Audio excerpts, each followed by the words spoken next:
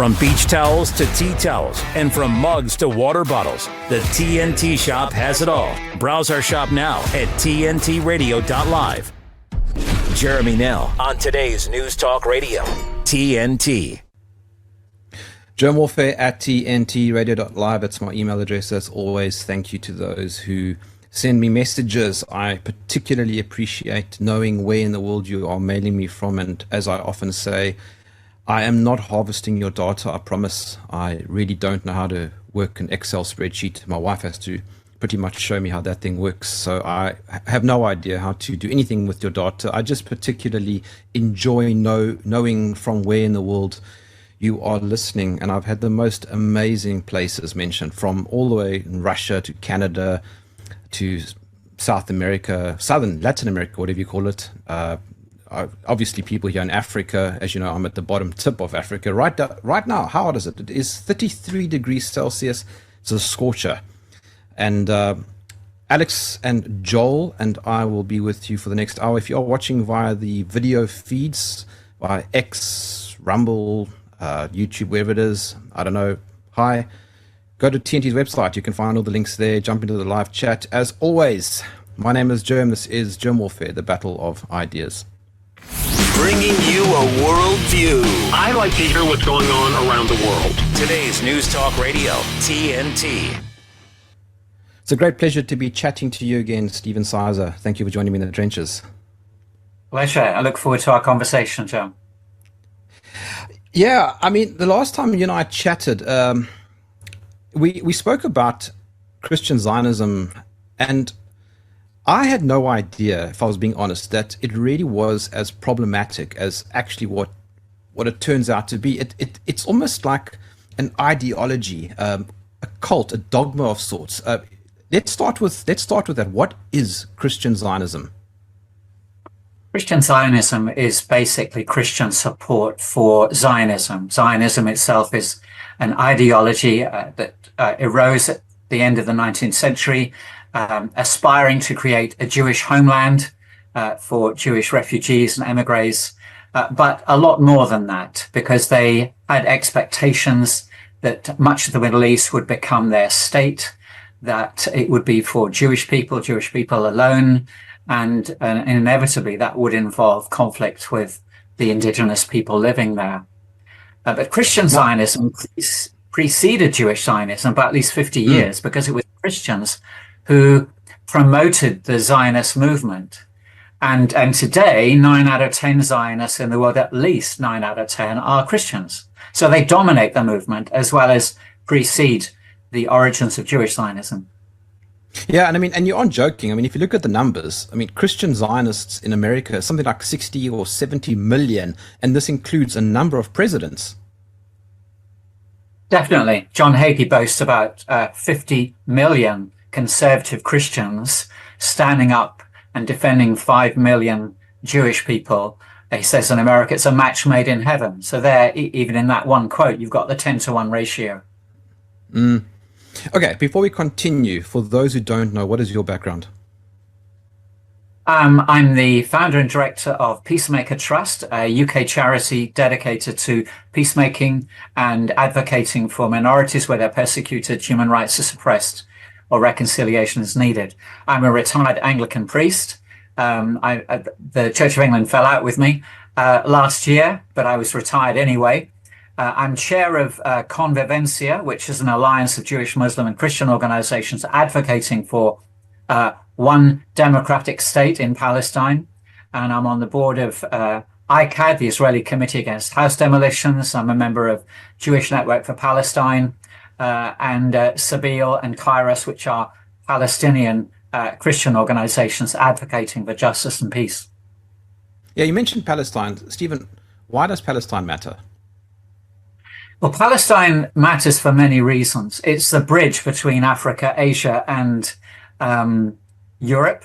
It's been historically probably the most controversial subject covered by the United Nations. It's been the subject of more UN resolutions than any other country.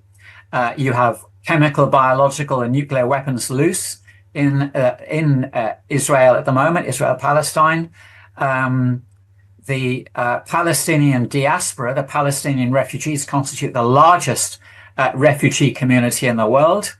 And the conflict, and the conflict's a bad word because it's a settler colonial enterprise, just as it was in South Africa, Australia. Much of the world was colonized by European powers. It's an extension of that.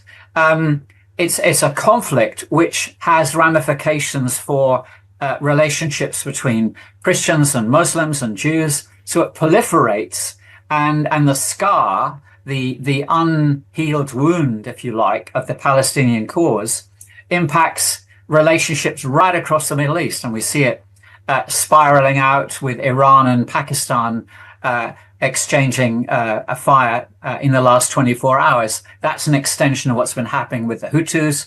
It's an extension of what's been happening in Lebanon and Syria, and all of them are linked to the present injustice of the genocide and ethnic cleansing going on in Gaza.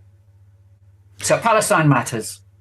Yeah, I've seen a lot of commentary putting Palestine in inverted commas as if it has never existed. I know, this is all part of the Zionist propaganda. Palestine features on Roman maps 2,000 years ago. Palestine has existed for 2,000 years at least, and certainly in terms of being named Palestine. But the people go back 4,000 or 5,000 years, long before the Jewish descendants of Abraham came into the land from what is today Iraq. We don't need to waste time on history. What matters is that people there have lived there for generations. They are called Palestinians. They identify as Palestinians, and we must respect that right to self-determination. I was doing a little bit of reading a few days ago, Stephen, and it appears to me, unless I've misinterpreted the literature, before 1948, there were Jews and Palestinians living right across that region fairly peacefully. They were indeed, with occasional localized tensions. Again, we can go back to the Roman Empire and the revolt by the Zealots, 66 AD, 70 AD. They were expelled from the land, and so the Jewish people became refugees right across the Middle East. In fact, today, the largest community of Jews outside of Israel in the Middle East is in Iran. They've been there since the time of Cyrus. So there were Jewish communities right across North Africa, in Syria, Iraq, Lebanon, Egypt. And in the conflict from the 1920s, 30s, and particularly since the founding of the State of Israel, they were forced out of the Arab states or left voluntarily, in the same way that the Zionists forced the Palestinians out of what became the State of Israel. Yeah, and ironically or paradoxically, there are a few million Muslims living in Israel as citizens quite peacefully. Yes, 20% of the Israeli citizens are Muslim and Christian. They are Palestinians who were expelled in 1948 but managed to creep back in, or were able to get to cities like Nazareth and some of the northern villages where there was a strong Arab presence, and they were able to withstand attempts to expel them out of the land by the Zionist military. And so today they are the vestiges, if you like, of those who'd lived right across what is today Israel when it was Palestine.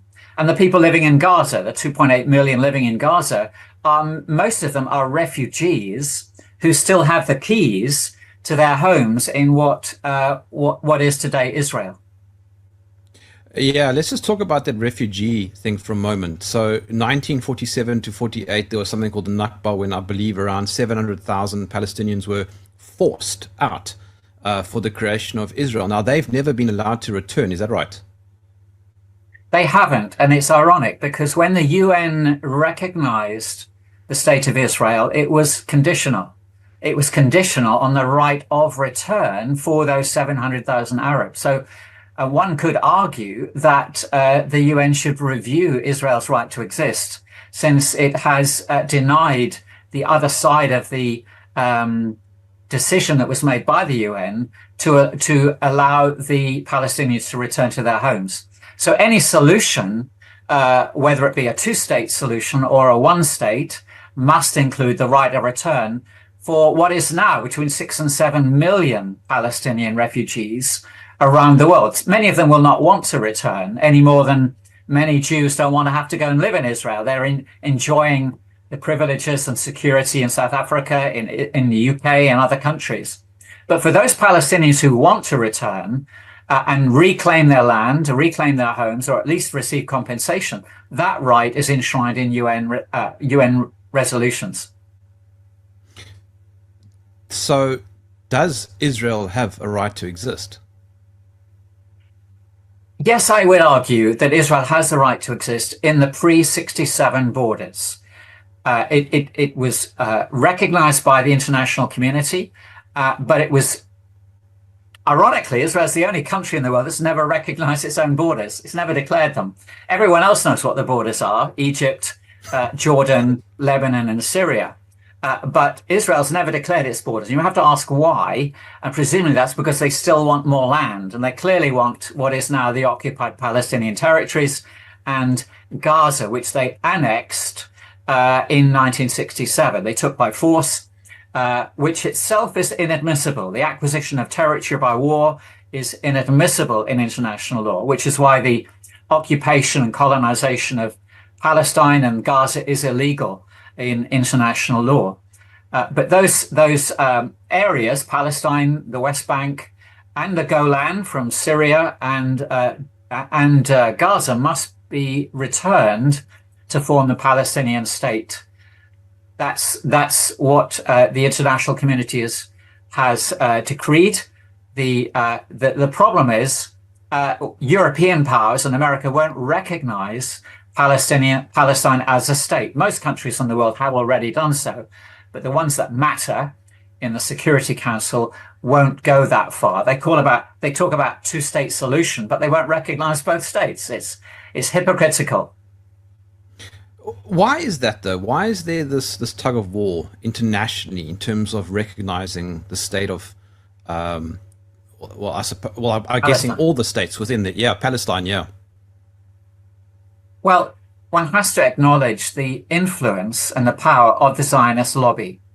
The reality is you can count on one hand the number of US senators or congressmen who are in any shape or form questioning Israel's policies in Gaza, or questioning Israel's actions vis-a-vis the Palestinians, or, dare I say it, recognizing the Palestinians as having right to a state. Virtually every single US politician depends heavily on funding and support from Zionist groups. Just give you one example. If you were standing as a new senator or congressman, you would be visited by AIPAC, the American Israel Public Affairs Committee, and they would interview you and assess how supportive you are of Israel. They would ask you to write a paper explaining your views on Israel. And if it didn't match up with theirs, you'd get a poor mark, and they would ask you to correct it. And if you dug your heels in and refused, then they would advise you regrettably that their funding and support will go to your opponents. It's true in the UK. 80% of British politicians are either Conservative friends of Israel or Labour friends of Israel. They queue up to show their support for Israel. They've been very reluctant to call for a ceasefire in Gaza. It's quite lamentable, and I'm sure it's the same in Australia. Thankfully, the leadership in South Africa is challenging this European and American viewpoint on Israel-Palestine. Yeah, I'm going to ask you about that after the break, just in a moment. But before we go to the break, there's a comment in the live chat from Michelle, who's listening from Florida, and she says, Israel has never declared their borders. I'll be looking into that. And And as it turns out, I looked into it, and it is true. Israel has never officially declared its borders. That's true. That's true. And the reason is if you look at the maps which the early Zionists published, Theodor Herzl, Jabotinsky, and others, it was from Egypt to Iraq. In fact, when the Balfour Declaration was published by Lord Balfour in 1917, it was to preempt a German declaration, and it was a means of enticing, if you like, the Zionist movement to back Britain against Germany. It was a deal. It was a quid pro quo. You'll get a presence in the British Empire. They weren't promising him a state. They were promising him a homeland in the British Empire. The problem was we had to promise the Arabs we'd look after them as well, because they'd helped us defeat the Germans, the Ottoman Empire. So we needed their armies, the Arab armies. So we promised the land two ways, but we promised the French 2 years earlier that we'd keep it for ourselves. The aim was that France would get what is today Lebanon and Syria. Britain would get what is today Palestine, Jordan, and the Gulf states. So about 1922-23, Churchill gave Jordan to the Hashemite kingdom as a reward, as a thank you for their support in defeating the Germans. That infuriated the Zionist movement because they thought that was part of Palestine. That was going to be part of their state, which is why in the 20s and 30s, the Arabs and the Israeli Zionists were targeting the British because neither side was getting what they wanted. And so the exit strategy, the partition plan, which we have to live with today in terms of the borders, is Britain's exit strategy to get out and force the Jews and the Arabs to fight each other. All right, just before we go to the break, also there's a question here wanting some clarity on the term Zionist, and I'm going to add to that Jew as well as Israelite. I'll get to your answer after the break. Stephen, my name is Jim, this is TNT. TNT's Mark Morano. This just in. We have a new way that's proven effective in dealing with climate protesters who deign to block highways, streets, and other public areas. Yes, ladies and gentlemen, this appears to be the most effective way. We have a field shot, a correspondent on the scene. Let's go to clip 4 and take a look at how to deal with climate protesters when they block your way on your morning commute.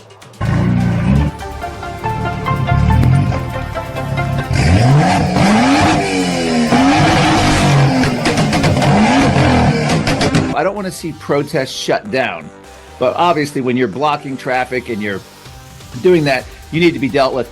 I thought this was a great vigilante way of dealing with it. Mark Morano on today's News Talk, TNT. I didn't ask to be thrown in the streets with nowhere to go. I didn't think I'd survive. But I did ask for help, and Covenant House was there for me. 1 in 10 young adults will experience a form of homelessness this year. For these kids who didn't ask to be put in this unthinkable situation, Covenant House is there. Covenant House helped me break the cycle of homelessness in my family. They gave me the love that I needed. Over 2,000 young people will sleep safely in a Covenant House bed tonight. When youth who are experiencing homelessness have a hot meal, a safe place to sleep, medical care, and love, they can overcome heartbreaking challenges and have a brighter future.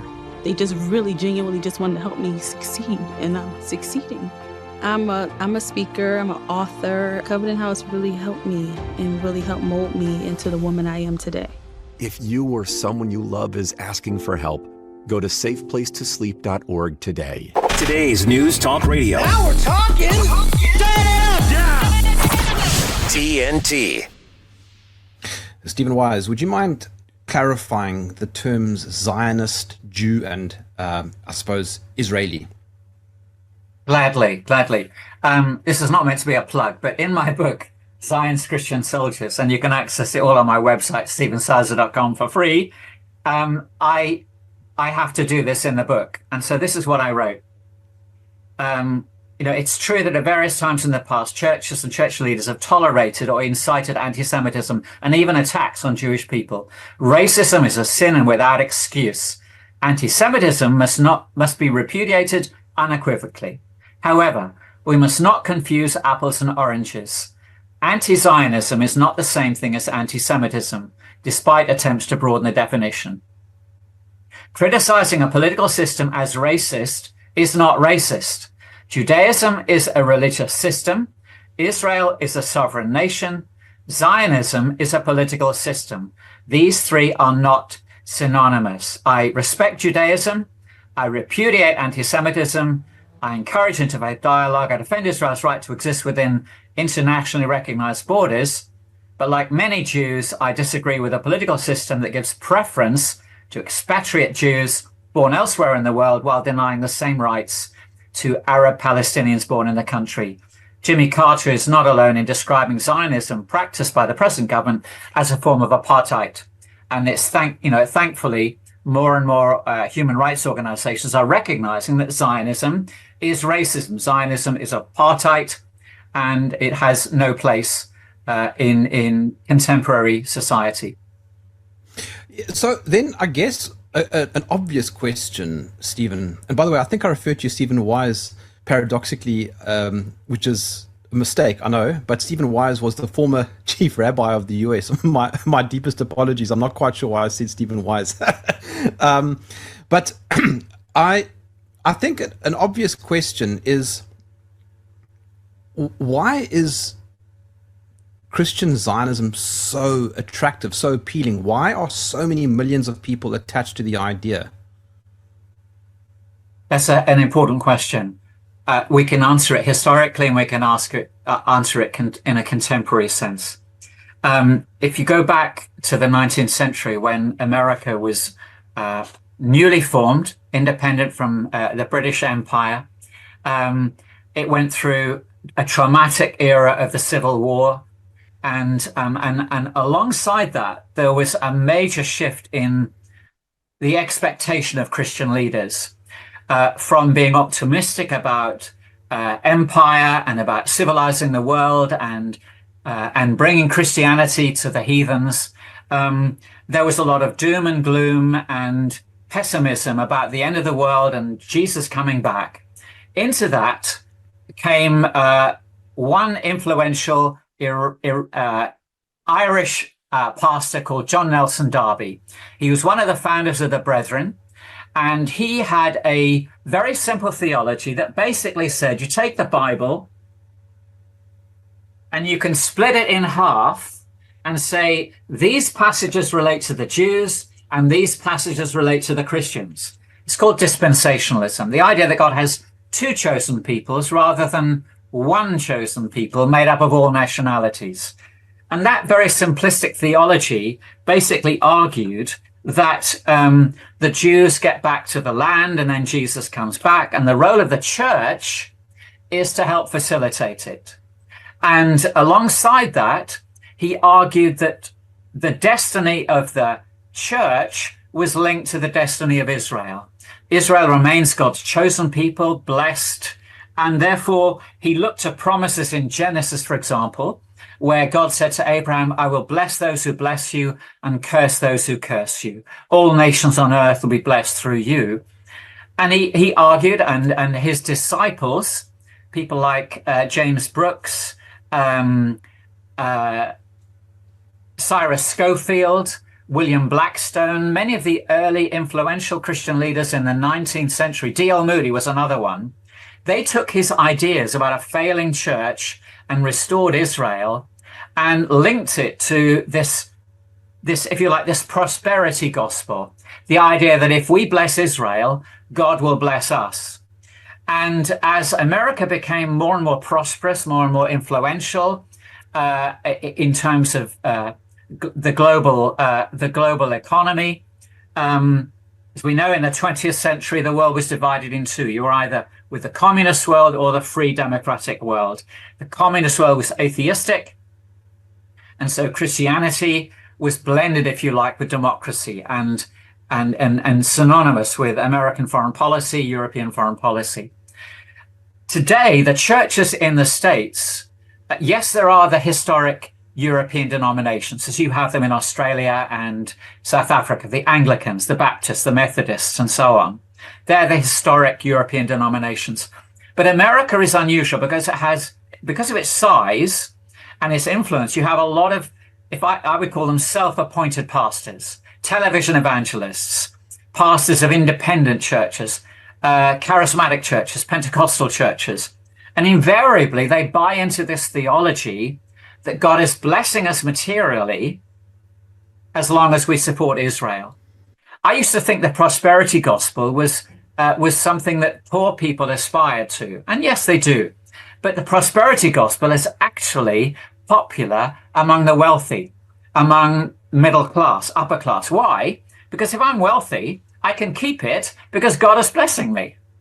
So it becomes a self-fulfilling prophecy. So a lot of Christian Zionist thinking is bound up with, we want God to bless us. It's a selfish theology. We want God to bless us. Therefore, we look after Israel. And frankly, most Israeli Jews are American or European. So they are, quote, like us. You know, we spoke earlier about Jews in the Middle East. They look like Arabs because they've lived in the Middle East for hundreds, if not thousands of years. The Sephardi, you know, they are second-class Jews below the Ashkenazis, who are the white European, Russian, American Jews. And below them are the African Jews, the Falashis from Ethiopia. And then below them are the Palestinians. So it's a segregated society. But that's one of the reasons why Christian Zionism is so popular in the churches today. Yeah, you mentioned Scofield. Let's touch on that just briefly. That's one of the most influential reference Bibles ever. It is, and it was an enlightened decision to take the text of the Bible. Most Bibles look like this. You know, you've got the text, and you might have some cross references down the column, and you might possibly have a few footnotes to clarify an ambiguous word. But what Scofield did was he made a study Bible with half the page is his footnotes, and the footnotes are based on Darby's theology, this idea that parts of the Bible relate to the Jews and parts of the Bible relate to the church. And he argued, again, this is a very simplistic, literalistic view. Every promise God made to the Jews that has not been fulfilled to the letter must be fulfilled in the future. So if God promised Abraham everything from the river of Egypt to the Euphrates, now you can argue that David in 1 Kings, 2 Kings, we find references to Egypt and the Euphrates, implying that the kingdom of David, King David, did extend that far. Therefore, the promise was fulfilled. Zionists today would argue, no, it hasn't. And that's why Herzl and his friends had that map, because that was what they wanted. And that's perhaps why they won't recognize their borders yet. Christian Zionism, if you push them, will argue that the land God gave to Abraham has not been given yet, and therefore will be given to them in the future after the Palestinians have been expelled from Gaza, after they've wiped out the people in Lebanon and Syria. God will give the Jews all of that land. It's controversial. Not all Zionists believe it, but it's there in the Scofield Bible. So what you're saying is all roads lead to the current state of Israel. It's the apple of God's eye. That's how they put it. You know, if God has a special relationship with the Jews that's separate, then the church, again, this is what Darby said, the church is a parenthesis to God's continuing purposes for Israel, meaning the church is plan B. Now, most Christians would argue that Jesus is the center of the Bible. Jesus is central to our faith, not Israel. So in a sense, Christian Zionism has substituted Israel for Jesus. That's why we would regard it as a heresy.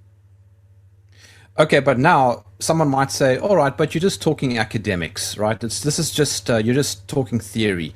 Has Christian Zionism actually had any real world implications? Has it actually had any effect on, say, American foreign policy? Very definitely, sadly. There are 7, we won't go into detail, but there are several tenets of Christian Zionists, their doctrines, if you like. The first is God has a special plan for the Jews. They're God's chosen people. Secondly, God gave them the land. Third, he gave them Jerusalem as their capital. The temple is their place of atonement. They've got to have it rebuilt, and there's going to be a war of Armageddon before Jesus comes back.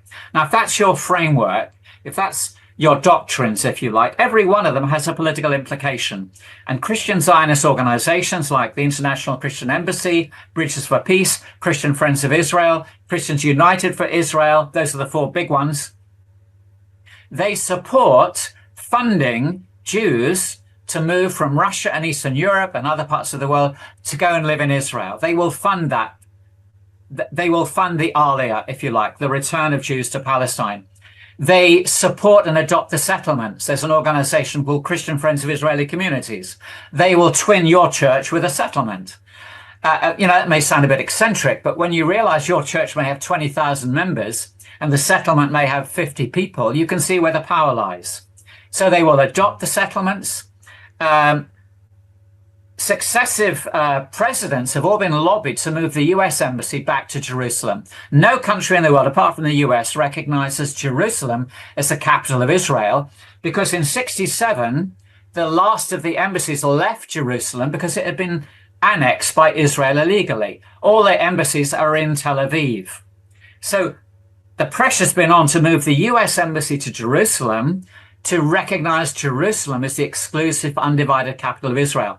Trump did that because he wanted to please the Christian Zionist lobby. In one quote, he said, "I'm really surprised." He said, "We moved the capital of Israel." Notice he said the capital to Israel. And that's what they did by moving the embassy. He said, "The Jews weren't particularly interested, but the Christian Zionists were," i.e. it fulfilled their prophecy. So it's political. And the temple, you'll find Christian organizations supporting the Temple Mount faithful, the Temple Mount movement, which is committed to destroying the Dome of the Rock and rebuilding the Jewish temple. And worst of all, if your theology is pessimistic about the future, if you believe there's going to be an imminent war of Armageddon, then you're continually looking at your newspaper for evidence. And so you're saying, oh, look, Iran and Pakistan are now killing each other. Look, Israel is reclaiming the land of Gaza. This must bring us closer to that event.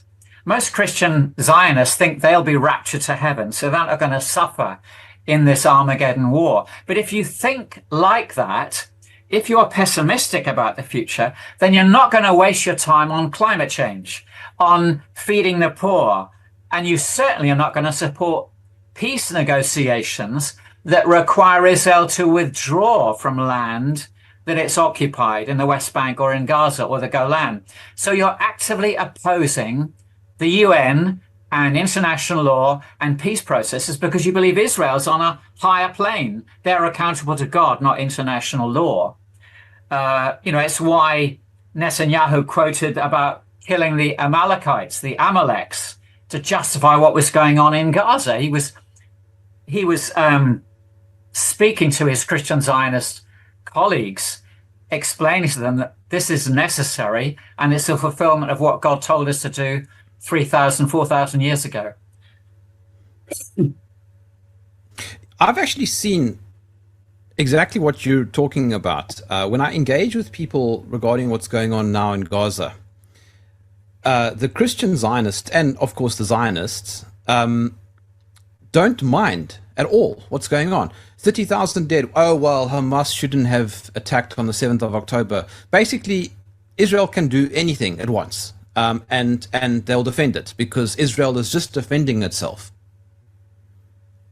That's the argument, and it's entirely fallacious because, again, if we go back to international law, Israel does not have a right to defend itself because in international law, if you've stolen someone's land, you don't have the right of self-defense. It's the person whose land you've stolen has the right of self-defense.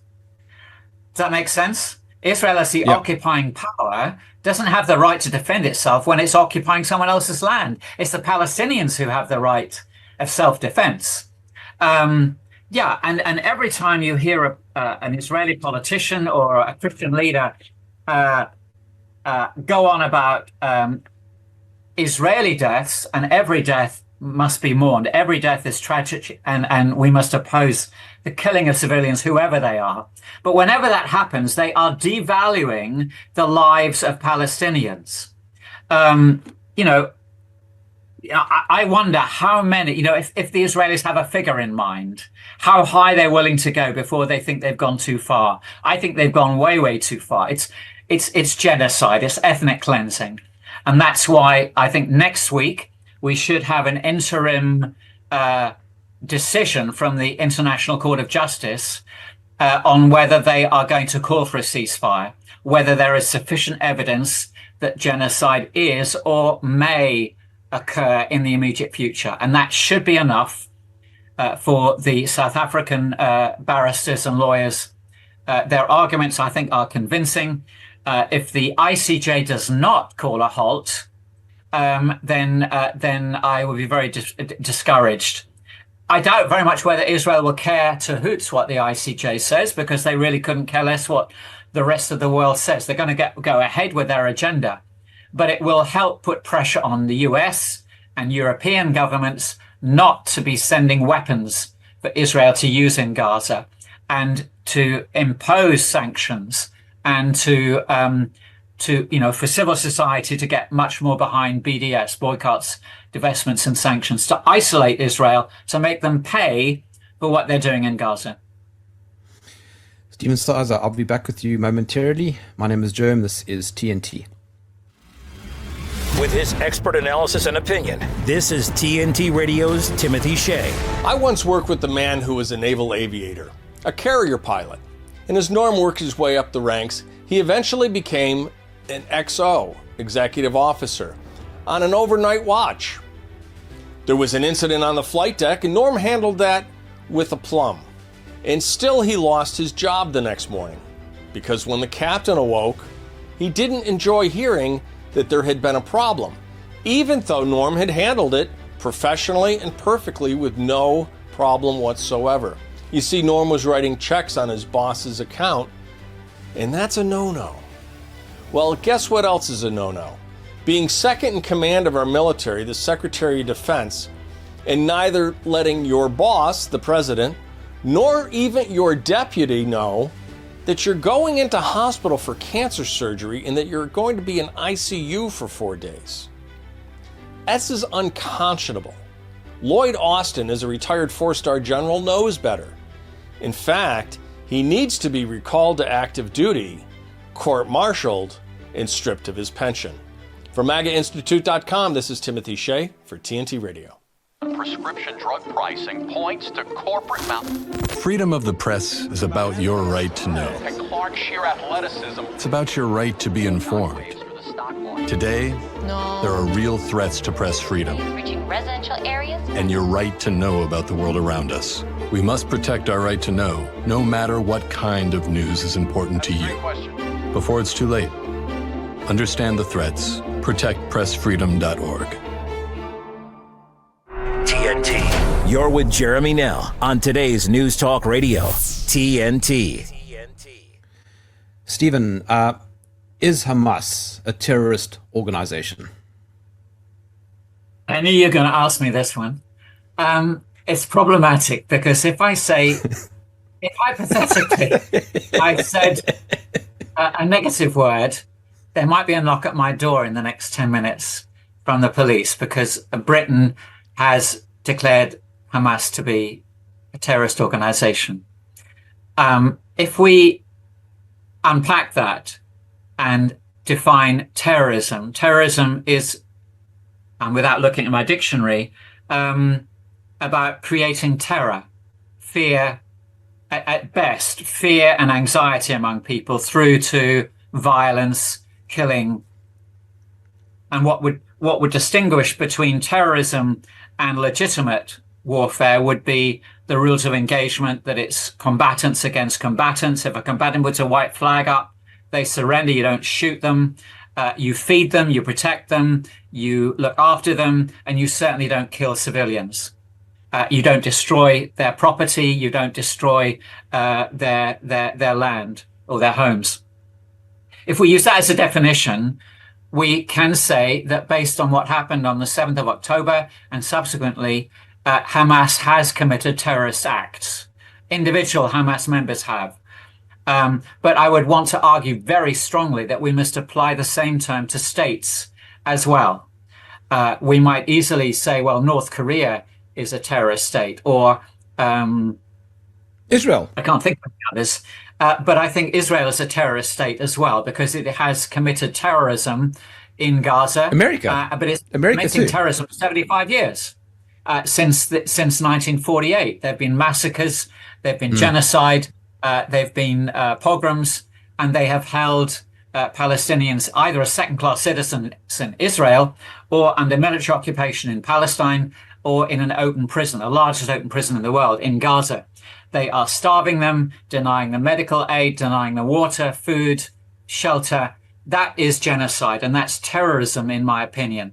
So if we're going to label Hamas as a terrorist organization, we must label Israel as not only a terrorist organization, but 10 times worse than what Hamas has done. But Stephen, Hamas wants to wipe Israel off the face of earth. Israel needs to not allow that to happen. That's not true. If you look at the most recent Hamas manifesto, it has rejected and denied that it wishes to wipe Israel off the face of the earth. It's willing to recognize Israel, but it will not recognize the occupation.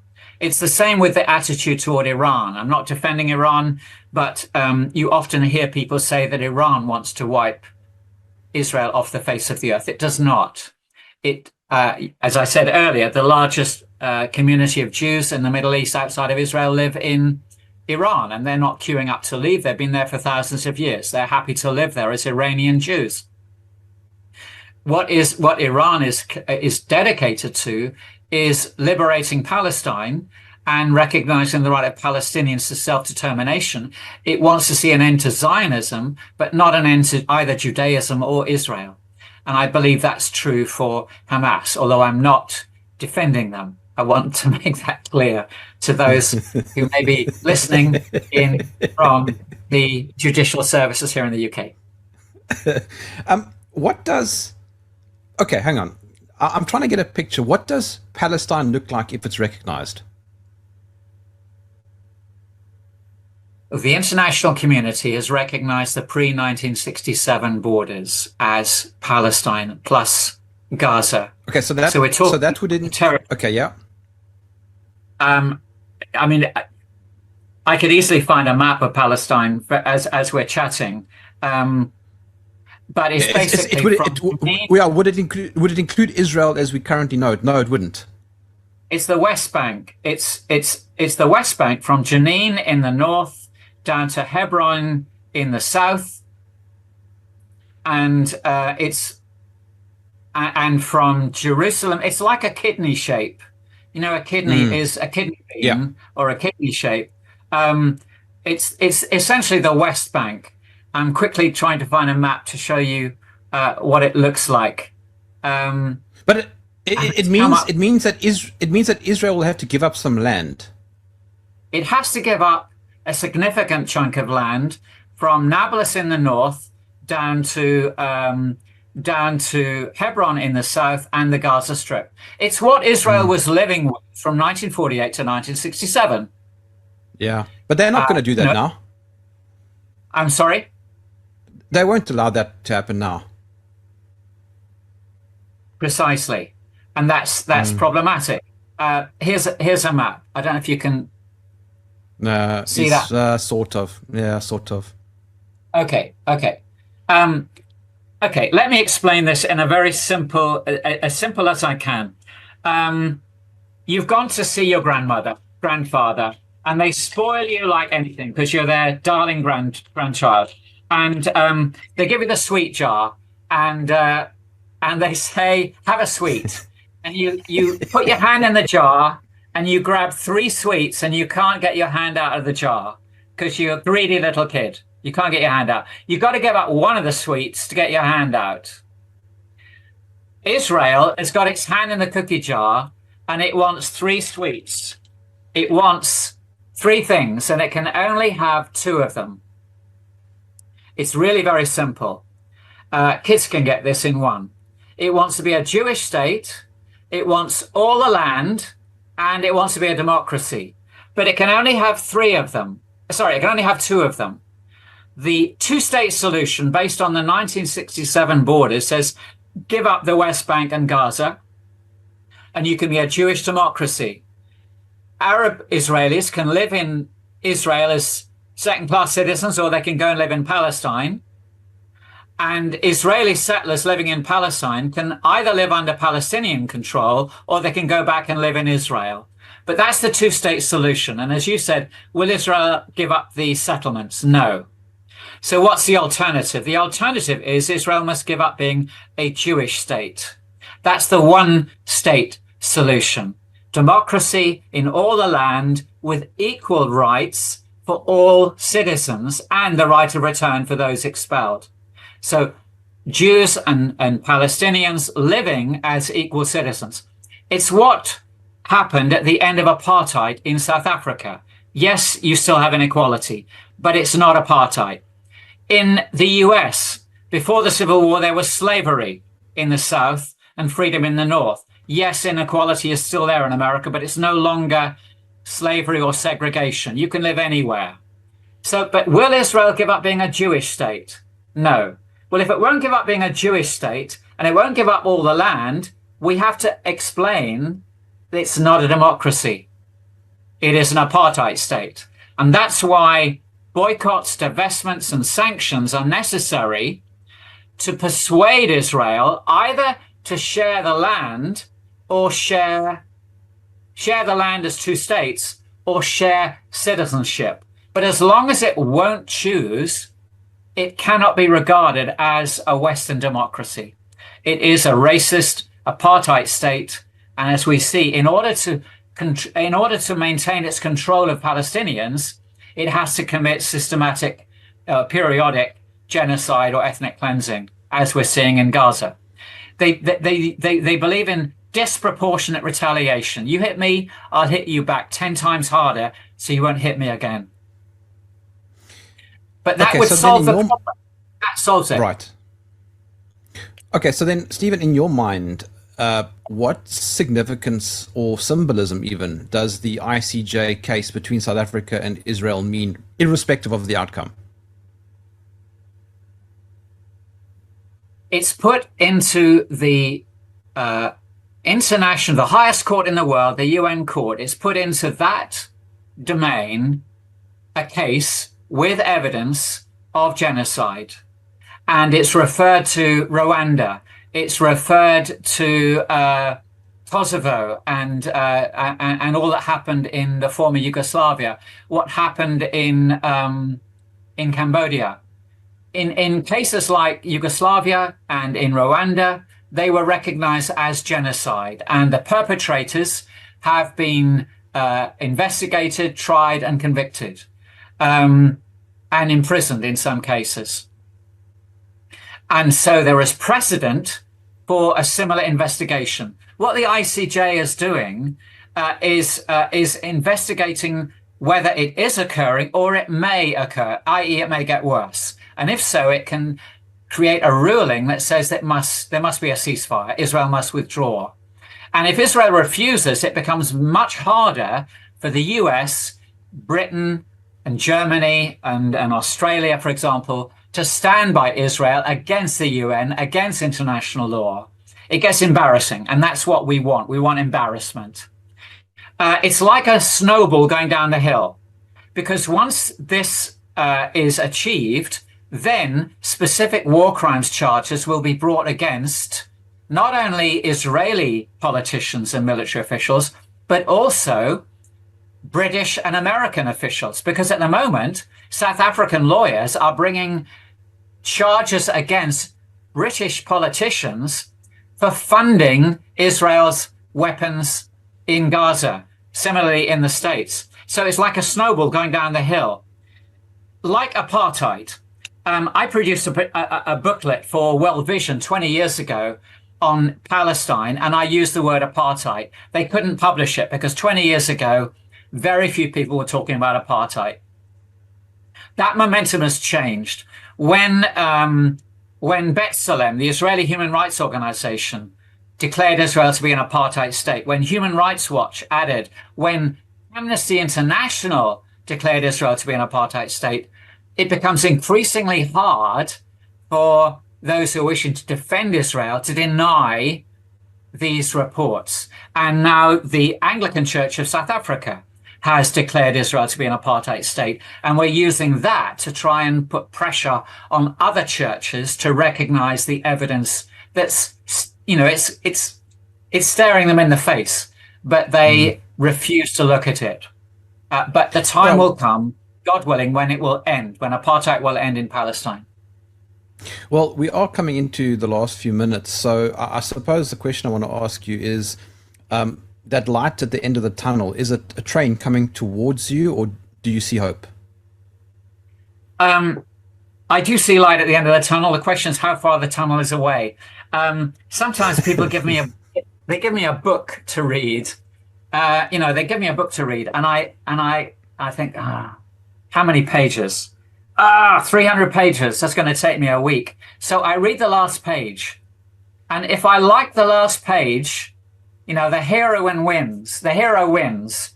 The bad guy dies. I read the last page, and if I like the last page, I might read it. Well, the last page of the Bible, and I know I'm speaking to Christians here. If you read the last page of the Bible, it's about the end of war.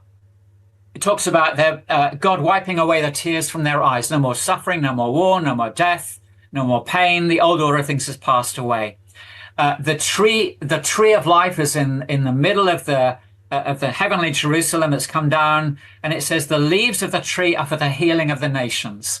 If that's the end we are looking forward to when we have a new heaven and new earth, that's why God calls us to be peacemakers, to be not widow makers, but peacemakers, to have a ministry of reconciliation, because it's worth it, and because it is going to bring about, humanly speaking, what we hope for, which is described at the end of the Bible. So there is light at the end. I believe that the arc of history bends toward justice, that war criminals do not and will not have immunity. And yes, there will be more conflict. Yes, there will be more deaths and suffering, but we must commit ourselves to justice, peace, and reconciliation for Israel, for Palestine, and through them for the surrounding nations. You were a bit nervous about plugging your own book earlier, but I'm giving you the opportunity. Plug away. Well, simply to say, everything I've ever written, I've written, my PhD was a look at the origins of Christian Zionism, its political agenda and theology. And then I wrote a kind of more friendly book with shorter sentences looking at the Bible, Israel, and the church. And both of them are accessible from the internet on Amazon or from bookshops. But you can access all of the text from my website, stephensizer.com. It's all there for free. All my sermons, my articles, books, it's all there. Plunder away. And then my other charity, the one that employs me, is called peacemakers.ngo. And if you've got any spare cash and want to support peacemaking, go to peacemakers.ngo. And you'll have an opportunity to get behind what we're trying to do in the world today. But thank you. Reverend Dr. Stephen Sizer, thank you for joining me in the trenches. Pleasure. Thank you. No, the pleasure is all mine. This is a fascinating conversation. I would love to have you back in the not too distant future. I think it's a really important conversation. What's going on in the Middle East is not going anywhere. So I think this is one of these conversations that is always going to be timely and topical. So I'll, if you're willing, I would love to have you back. Sure.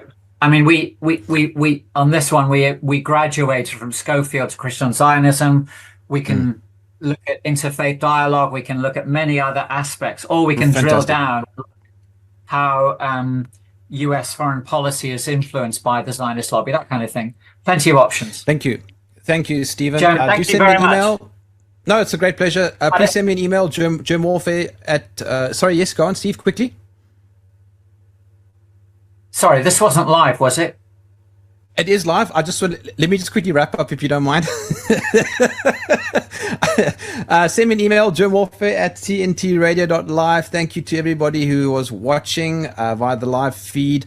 Thanks for all the comments in the live chat. I do have them open, but I can only respond to the relevant ones. Let me know what you thought of the conversation. I thoroughly enjoy this. It's very, very important. I'm definitely going to come back to this topic in the very near future. I think that's pretty much most of my housekeeping. As always, the two Aussies on the other side of my screen have made sure that I sound somewhat professional. Always thankful to have Alex and Joel around. Alex, I think that's about it, hey? On behalf of Joel, Alex, and myself, my name is Germ. This is Germ Warfare, the Battle of Ideas.